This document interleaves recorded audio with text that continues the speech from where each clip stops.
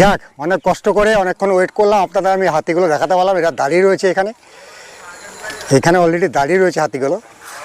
একবার এইদিকে গেছিল, আবার ওইদিকে যাচ্ছে। দেখুন, ওরা বেরাবার জন্য পথ পিছিয়ে সকাল তো জল পায়নি না, মেন জলটা পাচ্ছেন না।